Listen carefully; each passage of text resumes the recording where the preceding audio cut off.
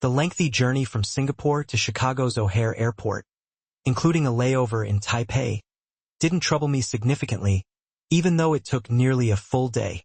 The fact that I was traveling in business class on my birthday made it more bearable. I wasn't particularly concerned about the challenging discussion awaiting me with our company's international stock and share trading department chief in Chicago. However, my thoughts were preoccupied with the situation unfolding at home, which was causing me considerable worry. After landing at 8:30, I checked into the Chicago Sheraton Suites, showered, hit the gym, then took another shower, alternating between hot and cold water to wake myself up. I went down for a hearty American breakfast, which I had missed over the last 4 months, and drank 4 cups of coffee. Then I headed to my 10:30 meeting at JP Morgan. Upon arrival, I was escorted to a small conference room, and it was clear they were playing hardball. The room had 2 cameras, likely watching me. I stood by the window without moving for over 17 minutes, counting in my head. I had learned to show no fear or weakness, a lesson from my many trips to the Far East in Southeast Asia. Joe Rutledge, Vice President of International Stock and Commodities Traders, entered the room with Samuel Young, our corporate lawyer. The atmosphere shifted. This was a serious meeting. If it had been just Joe, we would have brainstormed solutions. If it had been only Samuel, the focus would have been on legal protection for the bank. But with both present, it was clear someone was about to be fired, me. Joe gestured for me to sit and took a seat opposite me, indicating the tension that lay ahead. He demanded to know what had happened in Singapore. I acknowledged my role in approving a $300 million stock buy for a newly listed company, despite its lack of a proven track record. I defended my decision, citing the strong prospectus and the expertise of the management team, which collectively had nearly 200 years of experience. I highlighted the project's technological soundness and backing by reputable firms. However, Joe was irate about the company's declining stock price, which had fallen from $17 to $9.55 since listing. Despite the situation, I remained optimistic, explaining our strategy to buy more shares, anticipating a rebound that could yield substantial profits. I noted that we were the largest shareholder, holding 25% of the stock. Joe's frustration escalated as he argued that the company was tanking, fueled by short-selling competitors from China and Southeast Asia aiming to undermine our position in the market. I reiterated the need to stay the course, but Joe dismissed my report as wishful thinking, informing me that the board had backed his recommendation. I was out. Samuel briefed me on the severance package, 3 months' salary and nearly 30 days of accrued leave, totaling around $800,000. However, my reputation was in shambles, and my job prospects were bleak. By 2 p.m., I had signed the necessary forms, converted my 401k to an IRA, and returned my company materials, including my laptop. I stepped outside, feeling hollow, and rushed to catch a cab. Battling thoughts of failing, I returned to the hotel. I poured a mini whiskey with 7-Up over ice, an indulgence, but I needed it. I pondered my situation at 42. I felt too young to retire yet uncertain about starting over. I realized I needed to take a chance. I bought a new laptop with Windows 11 and set up programs to track my trades. I accessed my savings account, which had $50,000, and my investment accounts, which had $250,000 but required a 24-hour notice for withdrawal. After selling some blue-chip shares, I estimated that, with my severance, I would have over $1.2 million. This amount, I planned to transfer to an offshore trading account, Blue Sky International. By the time I finished, it was after 9 p.m. I ordered a burger and beer from room service and hesitated to turn on my phone, which had been off for over 36 hours. I was too mentally drained to face any messages, so I lay on the bed, channel surfing for news on the markets, but found nothing of interest. Whiskey, beer, burger, jet lag hit, and I passed out. The next morning, still adjusting, I went for an early breakfast and checked my phone. It was flooded with messages. Help, Dad. Mom's having a meltdown. From Dean and Katie. What's going on with Jean? From my father. Happy birthday. Why aren't you answering? From Jean's parents. Birthday wishes from the kids, my dad, my sister Georgia, and the Singapore team. Dean also left voicemails about Jean crying but calming down. Jean herself didn't send any messages. No birthday wishes, no explanations.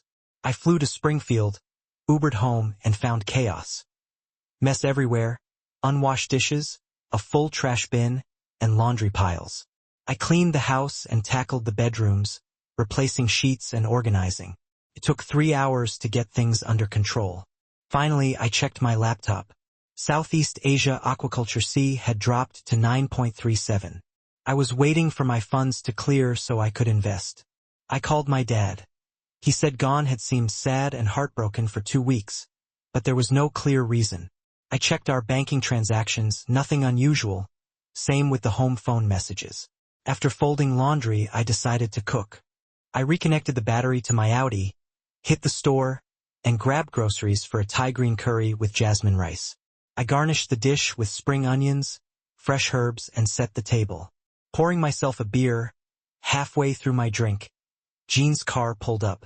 The kids ran in, excited to see me. I hugged them, kissed them, and told them how much I missed them. Katie sobbed in my arms, shaking, while Dean kept it together, trying to act more grown up. We stayed in that moment for a while until I noticed Jean watching us with a wistful expression, tears in her eyes. She moved in and kissed me gently, saying, "Welcome home, Adam." Her tone lacked enthusiasm, reflecting a sadness I couldn't ignore. The kids clung to me, and I shared that I was making Thai green curry. Dean expressed curiosity while Katie hugged me tightly. Jean instructed them to clean up and get ready for supper, then gave me a gentle hug, remarking that I looked wiped out and asking why I was back early. I revealed that I had been fired, and she reacted with shock, struggling to find the right words. We briefly discussed work, and she mentioned changes at her job, but I sensed there was more beneath the surface. Just then, the kids came running down, eager to be with me again at the dinner table. I served the meal, pouring a cool California White for Jean and myself, while Dean opted for Mountain Dew and Katie chose water. For the first time in 4 months, we sat down together as a family. I shared stories about my time in Singapore, recounting the fun team-building activities like dragon boat races and combat archery, which brought smiles to the kids' faces. After finishing dinner, Dean and Katie returned with a wrapped present, excitedly wishing me a happy birthday. Jean's expression changed to shock as she realized she had forgotten. I was tempted to remind her of the gold and diamond earrings I had given her, but I focused on the kids instead. Inside the box was a DVD collection of Band of Brothers, a show I loved. I kissed my children, sharing in their joy of the moment. Jean, embarrassed, promised to get me a present the next day, but I waved it off, saying being home with my family was enough. Dean and Katie hugged me, expressing their love. We spent over an hour chatting before the kids went to do their homework, and Jean and I started cleaning up. I noticed something was off with her and asked what was going on.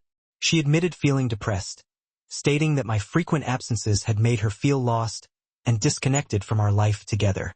I pulled her into a hug, and she initially resisted, but then let me hold her as she cried softly against my chest. I wanted to comfort her more, but she seemed to need just the embrace. I reflected on the past 6 years of my management role, where I had become a troubleshooter for young teams.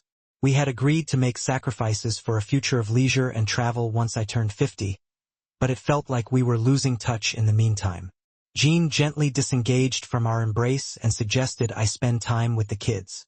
I started with Katie, reviewing her homework before putting her to bed with a kiss. When I went to Dean, he expressed concern about Jean, noting she had been crying and forgetting things, including my birthday.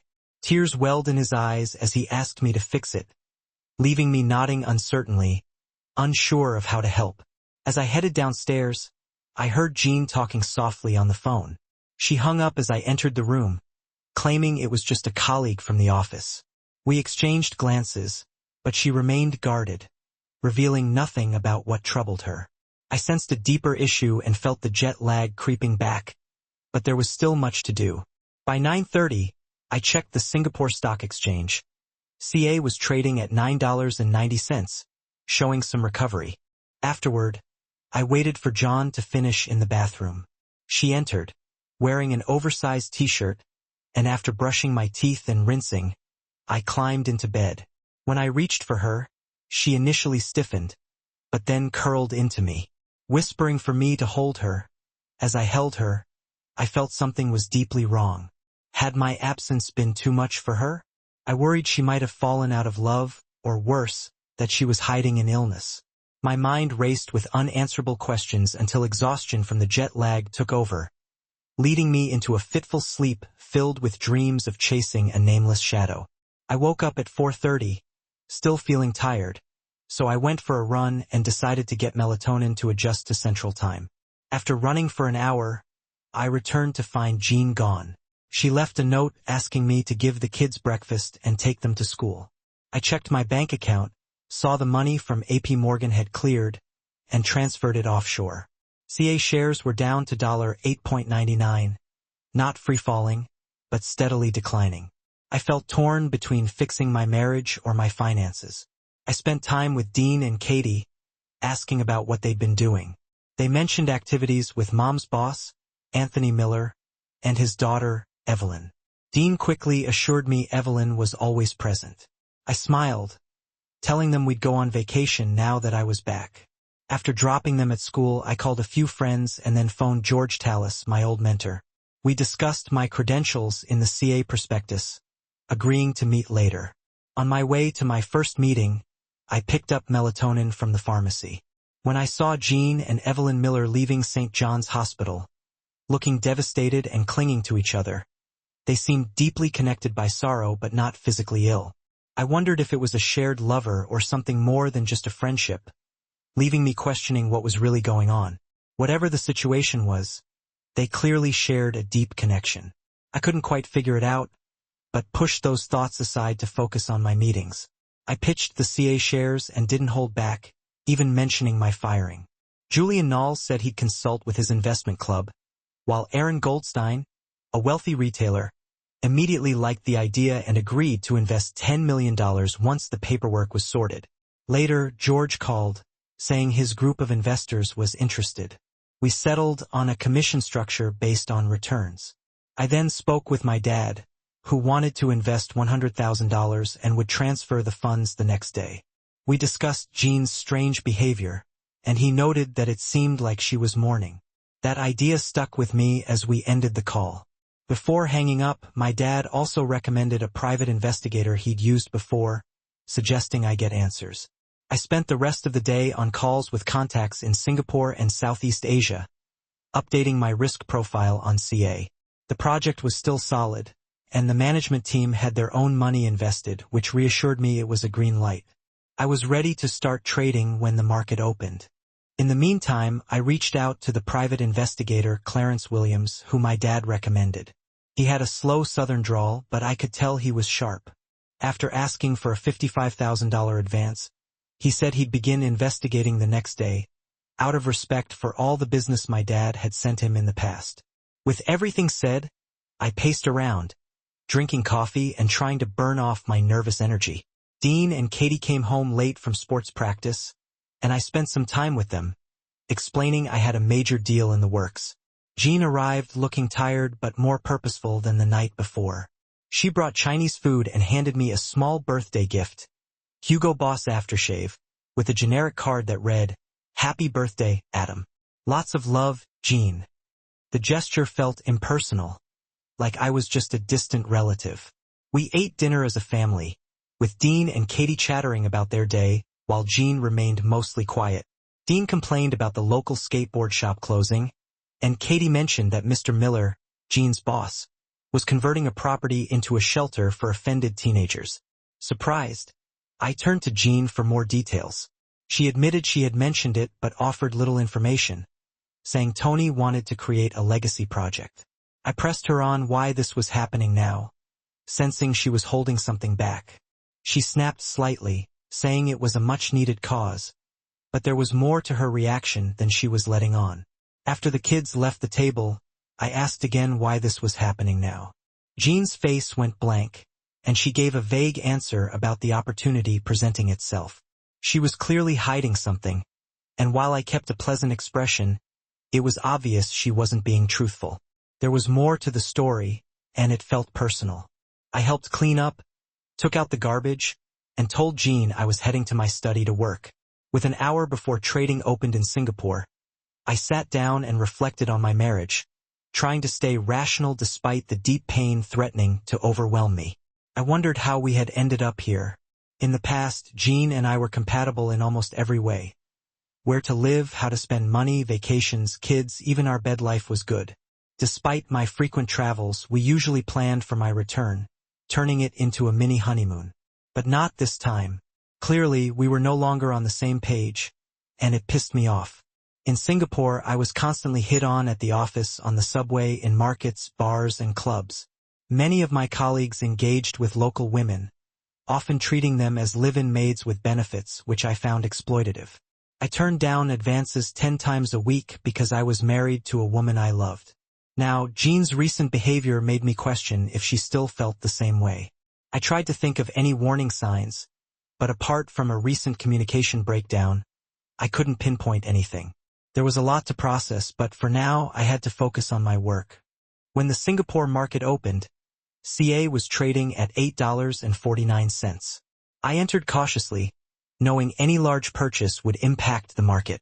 With over $30 million to invest from my contacts in Georgia's, I started with a $5 million buy. This triggered a flood of shares hitting the market as investors tried to sell and cut losses. I suspected it was my old colleagues, instructed by head office. I continued buying in $5 million increments as the price kept dropping. Short sellers were pushing it down, hoping to buy back cheaper. The price bottomed at $5.60, and I made a final $15 million purchase. We now owned over 10% of the company, enough to get a board seat if we held on.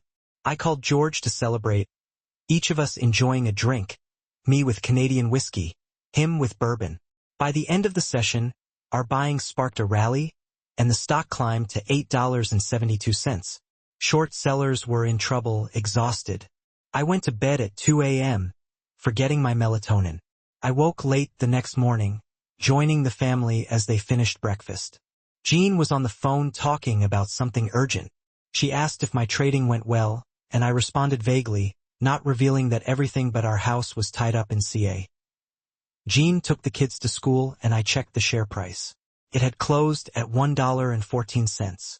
The short sellers had lost big, and the stock was stabilizing. I spent the rest of the morning emailing our investors and catching up on business.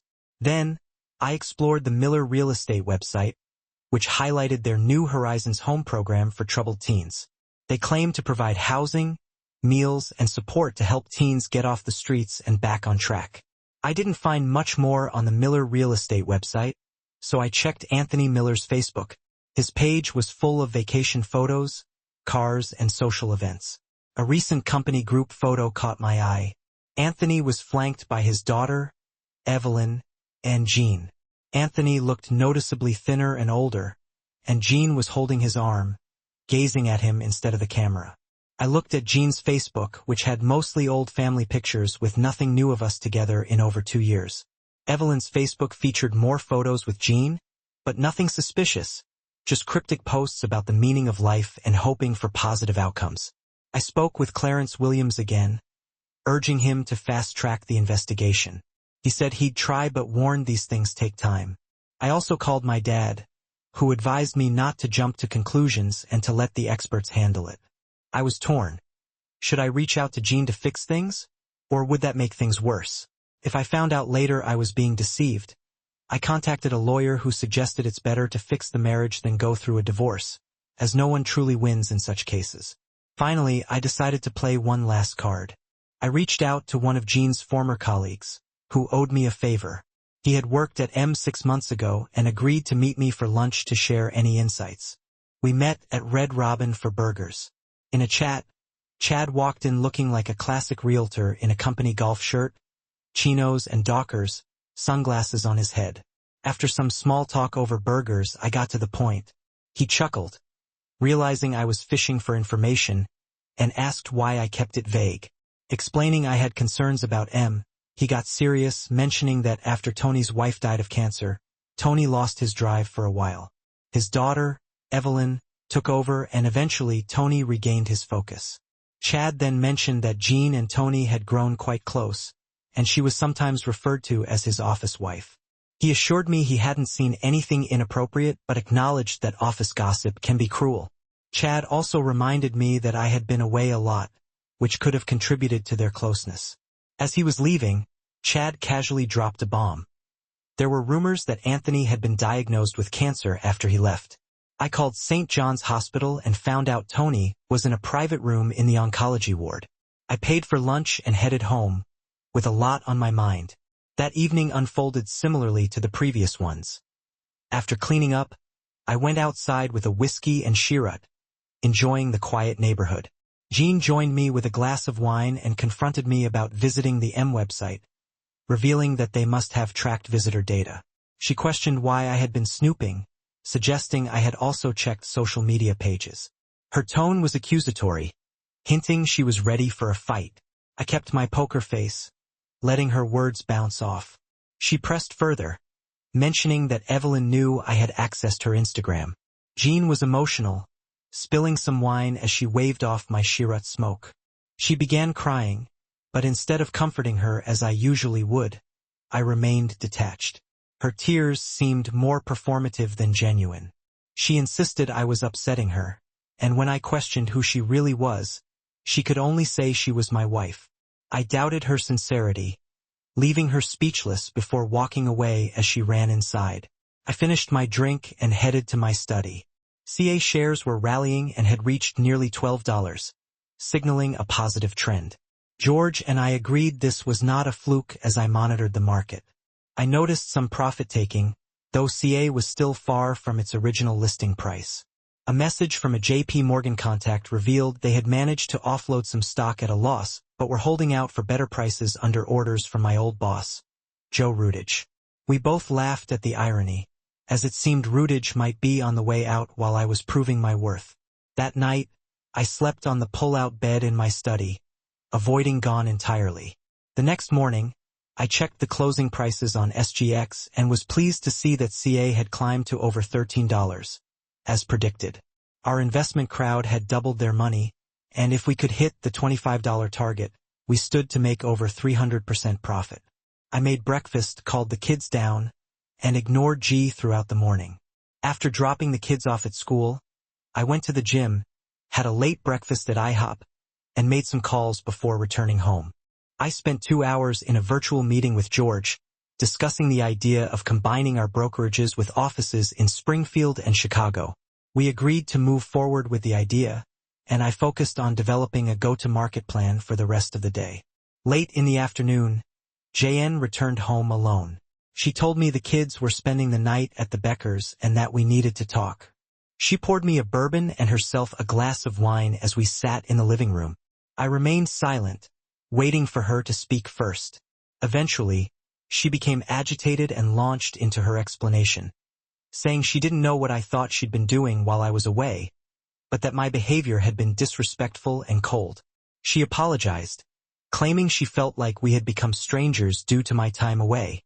She sniffled, saying she had been under a lot of pressure but insisted that our marriage was all that mattered. After her emotional outburst, she excused herself, and I sat there sipping my drink, wondering if she was losing touch with reality. I heard her on the phone and let her know the bath was running. When she finally came back downstairs, she was dressed in a gray knit dress and black pumps, wearing the pearls I had bought her years ago. She looked stunning for her age, even more attractive than women a decade younger. She urged me to shower and get dressed, saying she'd book a table at Chesapeake's seafood restaurant. I got ready quickly, ignoring the urge to confront Jean as she seemed to be on the phone again. We Ubered to the restaurant where she started with a gin and tonic, while I opted for a Singapore gin sling. At dinner, we stuck to casual conversation about the kids and friends, with Jean showing little concern about my job loss. She reassured me, confident that I'd find work soon, unaware that everything depended on my risky bet on CA. The evening continued smoothly as we discussed everyday matters, avoiding any talk about the main issues. I had the captain's platter, and she ordered lobster. She kept the wine flowing, making me wonder if her goal was to get me drunk. yet she remained attentive and affectionate, caressing my hand and looking into my eyes. After dinner, she suggested we head to the gin mill to try artisanal gins. The bar was crowded, but we managed to order Negronis and pressed close together. She kissed me passionately, running her tongue across my lips. Soon, we left, and Jane dragged me out in a taxi. She kissed me intensely, her hand inside my pants, keeping me hard but stopping short of making me finish. I woke up to the smell of coffee and bacon, put on sweatpants and went downstairs. Jean was making breakfast and greeted me with a kiss, teasing me about last night's intense act and joking that she should ration me more often. We laughed and shared breakfast while she mentioned chores around the house and yard. Afterward, she left to pick up Dean and Katie. I was in the backyard cleaning up when my phone rang. It was Clarence Williams. "Can you talk?" he asked, and in that moment, everything fell apart.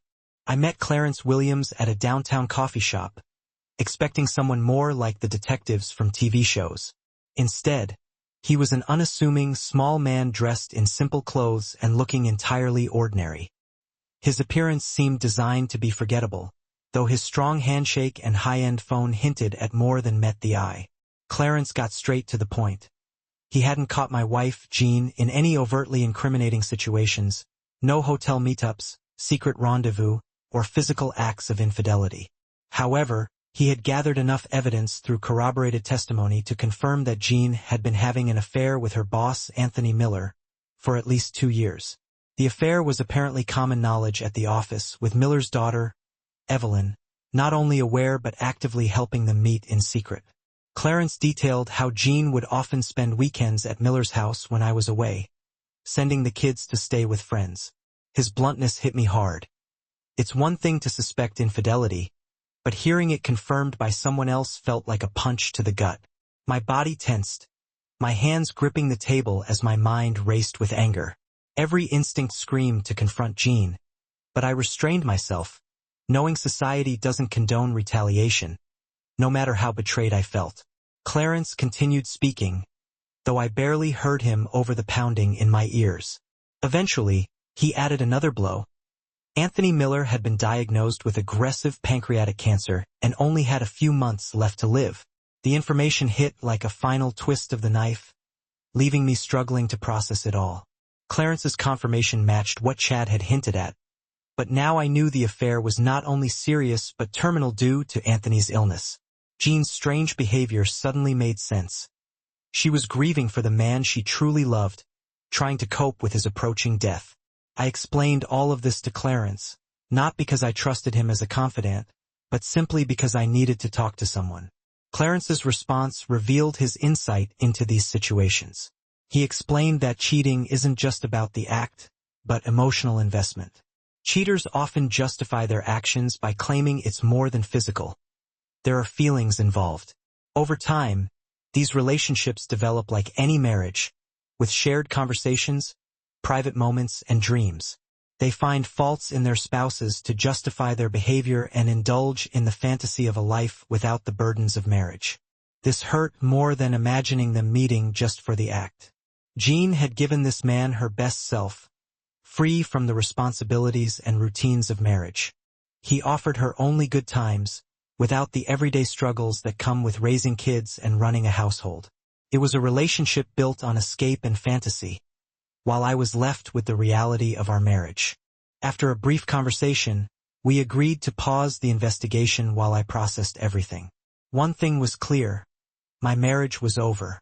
Staying together for the kids was no longer an option, though the thought of being separated from them was painful. I knew that many children lived in divorced households, and my family would now be part of that statistic. I sipped my cooling coffee, feeling the intense pain take over every part of me. I knew I wanted to hurt John and Miller in return, but I had to calm my emotions. Thinking this way wouldn't help. My mind wandered to my time in the Far East, where CEOs approached life and business with long-term strategies, similar to Southern Europeans who wouldn't stop until they destroyed their enemies completely. But I wasn't in the mafia or some triad. I was just an ordinary man living an average life, with no special power or influential ally to help me. I realized I was in this alone. I ordered more coffee, contemplating how to exact revenge on a dying man. Gone was easier. I'd take away everything she held dear, though the logistics of that were still forming in my mind. My immediate problem was Miller. He hadn't promised me anything, but he knew Gone was married and disrespected me by pursuing her. My anger flared again. I'd always been a risk-taker, and once I set my mind on something, I was immovable. That stubbornness now drove my desire for revenge, no matter the fallout, even if it crushed me in the process. A plan began to form. I called Clarence and asked him to dig into the troubled women the Millers had helped through their program. It wasn't fully formed yet, just another attempt to find something useful, like casting a wide net. I remembered a lesson from a fishing trip in Kenya. You don't fish for marlin directly. First, you catch smaller fish, then use them as live bait to lure in the bigger catch. On that trip, I successfully caught a marlin, though I felt a deep sadness watching the fish fight for its life. I vowed never to participate in big game fishing again. However, the lesson in catching the marlin inspired a plan. I drove home, practicing breathing exercises to maintain my composure and act as if I was still in the good mood from the previous night's lovemaking. When Jean arrived home later with Dean and Katie, we grilled steaks, corn, and shared a family meal. I played the role of a loving father and husband, masking the inner cynic while I genuinely enjoyed my time with Dean and Katie. My interactions with Jean felt like a B-grade movie. She was buying into it, seemingly worried I'd put things together, treating me as her fallback plan as her lover was dying. The cynical part of me recognized this dynamic and stored it away for future encounters after the divorce. The following days felt surreal as I lived out the lie while watching myself act the part I'd chosen. I wondered if actors experienced the same detachment when watching themselves on screen. On a brighter note, George and I finalized our new trading entity in Singapore, transferring the CA stock portfolio. The stock had surged to $16, climbing more than double our investment. My growing paranoia led me to increase security measures. I added fingerprint access, encrypted files, and wiped my phone, reloading only what I needed. I was becoming more cautious, ensuring nothing could be easily traced or compromised. After that, my focus shifted to exploring potential share listings and reaching out to JP Morgan contacts, laying the groundwork for future business. The non-compete clause wasn't much of a concern since being fired mostly nullified it. On the marriage front, things had quieted while I waited for more evidence, which arrived Thursday on a thumb drive from Clarence. Paranoia made me choose a new coffee shop for the exchange. The drive contained information on 14 women Miller had helped, 5 of whom still lived locally. One had become a full-time escort, indicating Miller's intervention hadn't worked for her. I bought a burner phone and contacted her. She agreed to meet at a motel for $100 an hour, and I had to pay for the room. Lila, a small, tattooed woman, arrived on time and quickly offered her services. I stopped her, offering $1,000 for information instead. At first, she hesitated, thinking I was after something inappropriate, but I reassured her I only wanted details about her time at the home for abused women. After some hesitation, Lila eventually opened up. She shared her story. After finishing school, she left home because she couldn't stand her stepdad. Life on the streets quickly spiraled downward, leading her to sell herself just for food and shelter. Drugs soon followed, and she ended up working as a prostitute. One night, a client became violent, beating her when she refused to comply with his demands and dumping her on the street. Bystanders found her and called the police, who took her to the hospital. That's when Mrs. Miller got involved, offering her a place at the shelter. After her discharge, Leah stayed at the shelter for about 6 months but eventually left due to the restrictive rules. As she finished her story, we sat in silence. Her tale, though tragic, was all too common. I wrestled with guilt, wondering if my pursuit of revenge would make me just another offender. But my need for payback overpowered everything else. I asked her if the offense at the home started right away or came later. She hesitated, confused, before realizing what I was getting at. After some thought, she started negotiating, understanding my motives. She asked for $20,000, knowing I wanted to ruin Miller's life for ruining my marriage. Her boldness surprised me, but I saw potential in her plan. She promised to use the Me Too movement to her advantage and expose Miller. We discussed logistics. She wanted the money to start over and leave the life she was trapped in, for the sake of her young daughter. I offered to help her secure a legitimate job in Chicago if things worked out, and her cautious hope turned to excitement. We exchanged contact information, and I gave her my burner number under the name Jerry. She offered a quick service, given the time left, but I declined. With that, phase 1 was complete. At home, I maintained my internal conflict while outwardly playing the devoted husband. Jean seemed to believe it. She was too absorbed in Miller's legacy project to notice anything unusual. I positioned myself strategically to gather information on the project's progress without raising her suspicions. We cooked and ate together like we used to, but I saw her differently now. I had closeness with her, often treating her like a means to an end. She might have thought we were making love, but to me, she was no different from Ilila, just more attractive. I took control, not caring about her pleasure. I made her give me a blowjob every other morning and never returned the favor. I felt justified, considering the cost of the upcoming divorce, and I was getting what I could while I still could. Oddly, instead of being upset, Jean seemed to embrace my new attitude. By Friday, she was giving me morning blowjobs without prompting. It was clear she was either enjoying the change, accustomed to more closeness from both Miller and me, or trying to solidify her position as my wife before her lover passed. Maybe it was a combination of all three. Over breakfast, John mentioned she'd be busy setting up for the New Horizons home unveiling on Monday. I already knew the details from their website and social media.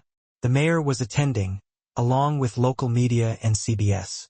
She made a comment about Miller being well enough to attend, which stirred something in me. The divorce papers were ready, waiting for my signal to be served. With Illinois being a no-fault state, irreconcilable differences would be the official reason. As I started my day on SGX, I was pleased to see our shares climbing. A small but positive start to Friday. I tuned into WMA for Evelyn's 9:30 interview, where she discussed M's social responsibility program and her father's involvement in the New Horizons home project. She spoke warmly about how the program began with her mother and was continued by her father, now expanding into a fully funded community initiative. The host was enthusiastic, and callers praised the program, pledging donations. Everything seemed positive until one caller disrupted the narrative. A hesitant voice on the line, breaking with sobs, urged listeners not to believe in the home's success, claiming it had allowed Mr. Miller to exploit the women there. She identified herself as Lila and accused Anthony Miller of ruining her life, leaving her on the streets as a prostitute. Evelyn, shocked and defensive, denied the allegations, insisting her father was a good man. The station quickly went to a break, and when they returned, the host struggled to regain control. Evelyn tried to defend her father, clearly believing in his innocence. Meanwhile, the phone lines lit up with mixed reactions. Some supported Lila, while others doubted her story, calling her a liar. The emotional intensity of the situation had turned what was meant to be a feel-good interview into a public controversy, with listeners passionately debating the truth. The chaos intensified when a woman named Rita called in, claiming Anthony Miller had assaulted her too. This sparked a flood of calls and social media posts, with more women coming forward, some sharing detailed abuse stories. The situation quickly escalated into a viral movement, making it hard to distinguish truth from exaggeration. I reached out to my old friend Vicky, worried about my wife's involvement with M. She agreed that this could be a massive scandal if true. By lunchtime, radio stations fell silent, but social media erupted. Initially divided, public opinion soon turned against Miller, with countless women sharing their experiences feeling overwhelmed. I shut everything off, took Tylenol, and retreated to the shower. The weight of the day broke me down, and I cried harder than I had in years, realizing I had crossed a line that couldn't be undone. Nietzsche's warning about becoming the monster you fight described me perfectly. Miller had wronged me, but in seeking revenge, I had unleashed a storm beyond my control. All I could do was hang on and hope. I picked up Dean and Katie, then made chicken stir-fry for dinner. Jean was absent, her phone off. We waited, ate, and played a board game without her. By 10, she finally came home, looking utterly devastated. Her makeup was smudged, her hair disheveled, and the weight of the day's events heavy on her. She collapsed into a chair, shaken by the accusations against Miller. I handed her a drink and calmly pointed out that where there's smoke, there's usually fire. She refused to believe Miller could be guilty, insisting he was a good man. I began phase 2 of my plan, reminding Jean that as her husband, we knew everything about each other. But how could she really know Miller? He was just her boss. She clung to her belief in his goodness, but I pushed harder, suggesting there were things she couldn't possibly know about him. Doubt flickered in her expression as I continued to plant seeds of suspicion. Jean gasped in shock, turning pale as she asked if Miller had ever tried anything with me. I denied it, watching as she dissolved into tears, staring into her empty glass without finding any answers. Weary, she headed upstairs, briefly greeting the kids before disappearing into the shower. Pretending to be half asleep, I listened as she made calls downstairs, first to Evelyn, repeatedly calling the situation a nightmare and questioning why multiple women would accuse Miller. Then she made a call to Tony, assuring him it was a misunderstanding before ending with, "I love you too." By the time she returned to bed, I was genuinely asleep. The next morning, I made breakfast and took Dean and Katie to their practice. Vicky called, informing me that 4 women had come forward, and the mayor's office, along with various civic groups, was distancing themselves from the project. The Attorney General had even announced an investigation. When I returned home, gone was gone, and with the SGX closed, I had little to do. I called George about business and spoke to my dad about my broken marriage. He sadly agreed it was beyond repair, feeling bad for Dean and Katie but knowing they would join the many kids in the U.S. dealing with separated parents. I called Jean, who was with Evelyn and the company lawyers, trying to fight the allegations. I warned her about the potential fallout, but she stayed involved despite their efforts. Things worsened that weekend. M's busiest days saw a massive drop in visitors, and by Monday, cancellations flooded in. The opening of the New Horizon home was postponed due to the bad press. On Monday, another woman came forward through a newspaper ad, accusing Miller of assault during her brief stay at the home for troubled teens. She encouraged others to join a class action lawsuit. By the week's end, 5 key things happened. Miller, after being questioned by the DA, worsened in health. 3 women gave detailed assault statements to the police and the media. The storm forced M to shut down indefinitely. Jean confided in me nightly about how hard Evelyn was struggling to keep M afloat as salespeople left, taking clients with them, and CA surpassed the $24 mark.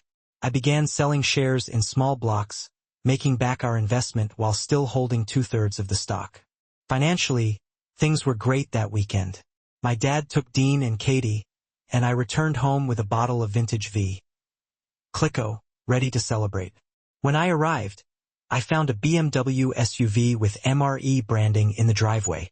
Inside, Jean was crying, and Evelyn was comforting her. I greeted them, uncorked the champagne, and poured 3 glasses. In their shock, they accepted the drinks.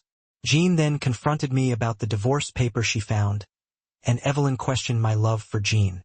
I coldly explained that I had stopped caring the moment Jean became involved with her father. I toasted to the downfall of M and threw my glass across the room. Evelyn, angry, seemed ready to attack, but I warned her not to try, leaving her terrified. Turning to Jean, I told her to get a lawyer and that the kids would stay with my father until custody was decided. Her shock at my behavior was evident, but I made it clear that all our recent intimacy was nothing more than me taking what I felt she owed me. I poured another drink while the 2 women sat speechless. Evelyn dropped her glass, spilling champagne on the rug. Jean broke hers, cutting her finger and sucking the blood. Both looked at me with fear, as if I were a madman. I sarcastically offered more champagne, knowing there would be no takers. John attempted to justify her actions, blaming my absence for her loneliness, but couldn't meet my eyes. I coldly replied, mocking her need for Miller. Evelyn tried to defend her father by accusing me of infidelity, But I shot back, pointing out that not all men were like her father, who preyed on vulnerable women and ruined marriages. I leaned into Evelyn, daring her to challenge me, but she knew better. I continued condemning her father as a predator who would die a disgrace. His legacy project would fail, his money would be seized for future claims, and M would go bankrupt. I warned her that she would have to escape far away, carrying the shame of her father's actions and her own role in it. Evelyn was trembling and crying under my verbal attack, likely wishing she could hit me. I wished the same, so I could unleash the anger I had held back for weeks. I compared her actions to Ghislaine Maxwell's role in grooming girls for Jeffrey Epstein, causing her to shake her head in fear and denial, insisting her father was a good man. I turned to Jean, giving her 2 hours to pack her things and leave. If she stayed, I threatened to call the press and expose her involvement. Furious, she cursed at me but said she'd get a lawyer to fight for what she wanted. I repeated my warning, then left the house. 2 hours later, the adrenaline finally hit, and I began hyperventilating, shaking uncontrollably for about 15 minutes. Once I regained control, I called my dad, instructing him to keep Dean and Katie and not let Jean be alone with them. Afterward, I drove aimlessly, eventually filling up my car and returning home late. I was surprised by how far I had driven.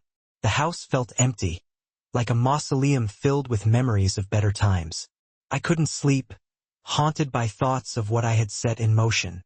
Socrates once said that an unexamined life isn't worth living, but I avoided examining my own too deeply, especially now. It had gone too far to stop, and I worried it might unravel in court, potentially implicating me. I decided to get Lila out of town to minimize the risk. After a restless night, I called the kids, sensing Dean was already suspicious. I also reached out to Lila, who confirmed she'd leave for Chicago the next day with $25,000 already in her account. George had arranged a job for her in property management. Later, Vicky called to tell me 3 of the women were suing Miller for damages, with papers being served Monday. We discussed how the situation had escalated, comparing it to the Harvey Weinstein case. That Saturday, I spent time with Dean and Katie, explaining that their mom and I were divorcing because of her affair with Miller. Katie cried, and Dean took it stoically. We spent the rest of the day at the driving range and had dinner together before heading home. On Sunday, I received calls from Jean's parents, asking if there was hope for reconciliation, for the kids' sake. But I knew there wasn't. How can I reconcile with someone who's had an affair for years, especially with a man who's a predator? I told Jean's parents they were shocked, unaware of the scandal in Illinois. I assured them the truth would come out in court and ended the call, hoping their image of Jean was shattered. Life moved slowly after that. Dean and Katie were back home, and my dad moved in to help. Business with George picked up, and we received glowing referrals. 2 weeks later, Vicky informed me that a 4th woman had joined the lawsuit against Miller, though strangely Layla hadn't. I had a meeting with Jean's lawyers to discuss the division of assets. I protected Dean and Katie's education funds and had already moved my final payouts offshore. Jean claimed we should have more cash, but I insisted it was lost in bad investments. When she called my bluff, I warned her that if she didn't accept the deal, I'd fight for the house and drain her financially. Jean alternated between anger, regret, and trying to blame me for her actions. At one point, she even suggested we try to work things out, but quickly shifted back to threatening to take me for everything. The battle dragged on for months, but I held most of the cards, fueled by righteous anger. At another meeting, when I refused to budge, Jean's lawyer threatened to get her back into the house immediately. I responded with a grin, warning Jean to tread carefully, or I'd expose her complicity in a violent criminal gang. She turned pale, resembling someone in shock. "Try me," I said, "and see what happens next." As I left the office, I saw Evelyn in the foyer, glaring at me. I smiled at her with the confidence of someone who had already won, and her smirk quickly faded. "You should have stayed out of it, Evelyn," I told her. "Now you'll face the consequences." 2 days later, I paid Lila another $55,000, and social media exploded with accusations that Evelyn had helped her father, Anthony Miller, recruit women for trafficking. The public outrage was swift, likening Evelyn to Ghislaine Maxwell. The DA's office faced backlash for not arresting either of them. Evelyn became a target and the pressure mounted. Meanwhile, Miller was sued by the 4 women who had come forward. I began losing sleep, realizing that if this went to court, it could unravel everything and backfire on me. 6 weeks after my return from Singapore, I was working from home when the doorbell rang. It was Evelyn. She wanted to talk, but I wasn't in the mood to play nice. I refused at first, accusing her of trying to trap me into saying something she could use against me. She pleaded, and I eventually agreed on the condition that she leave her phone and handbag in her car, after ensuring she wasn't recording anything. I let her in and made her sit across from me. Evelyn started by saying she thought I was a nice guy and begged me to stop what I had set in motion. She claimed the accusations against her father were lies and needed to be retracted, but I remained unmoved. I reminded her that it was now in the hands of the courts and mocked her for expecting help after her father had an affair with my wife. She was clearly defeated, tears streaming down her face as she asked when I would be satisfied. I made it clear there would be no peace until her family was completely destroyed. There was no stopping, no truce. The Millers would be utterly ruined, and that was the only outcome I sought. Evelyn realized the truth of my words but still tried one last time, offering herself to me as revenge, suggesting I make her my mistress. I considered her unmarried and recently single, fit and attractive, but instead of taking her up on the offer, I taunted her, asking if she wanted me to humiliate her in front of her father and Jean. She turned pale, called me a pig, and stormed out. I grabbed her arms, reminding her that I wasn't a predator like her father. Shaken, she fled to her car, driving off erratically.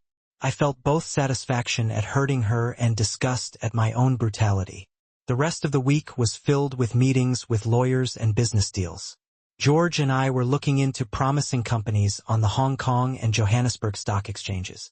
Meanwhile, the class action lawsuit against Miller gained momentum. The Millers, led by Evelyn, were trying to settle out of court, while the DA hesitated to prosecute a dying man. Particularly damning revelation came from the accusers when one woman offered to describe Miller's genitals in detail, having been assaulted by him so often. This sealed the case. The Millers were financially ruined, their property sold, and the women received multi-million-dollar settlements. Miller was finished. I visited Miller in the hospital, determined to ensure he knew I was behind his downfall. I entered his room unnoticed and confronted him, telling him I had ruined his life and legacy for what he did with my wife. I asked if it was worth it, leaving him to die knowing he had lost everything. He passed away 2 days later, cremated in a small gathering attended by only 5 people, including John. Jean, devastated, confronted me, accusing me of ruining Miller's life. She admitted she loved him, claiming he gave her the attention she needed, unlike me, who always prioritized work and the kids. She said she had felt neglected, but I didn't let her dwell in her memories. Instead, I played a recording of my final conversation with Miller. He had confessed to using women for favors and admitted his guilt, revealing how my actions had unintentionally uncovered his predatory behavior. Miller boasts about taking something from me, but I reminded him it had cost him everything. Jean, overwhelmed by the truth, collapsed and went catatonic. I walked away, leaving her to deal with the consequences of her choices. She was no longer my concern. I was offloading assets when I bought the house they intended for New Horizons home at a great price. I announced through ads and radio that I would turn it into a women-run halfway house for abused women, naming it the Joy Carter home after my mother. The home was placed in a trust with my father, myself, and the 4 women who had sued Miller as trustees. They were eager to contribute both time and money to the project, earning praise from the media. Though I kept a low profile, this move also worked in my favor during the divorce, helping me secure a deal where Jean got primary custody. I paid child support until the kids turned 18, and Jean stayed in the house while sharing the mortgage. There was no alimony. In one meeting, Jean accused me of hiding money, but I warned her off and she backed down, clearly afraid of me. Eventually, the divorce was finalized. I bought a condo where Dean and Katie could stay on weekends since Jean worked, and I traveled frequently, especially to the Far East. Life wasn't too bad. Jean's relationship with Evelyn collapsed after I played the recording of Miller admitting his assaults, which I distributed widely. Evelyn disappeared after a few months, and I never heard from her again. I met Lila, whose real name was Leon Roxton, in Chicago.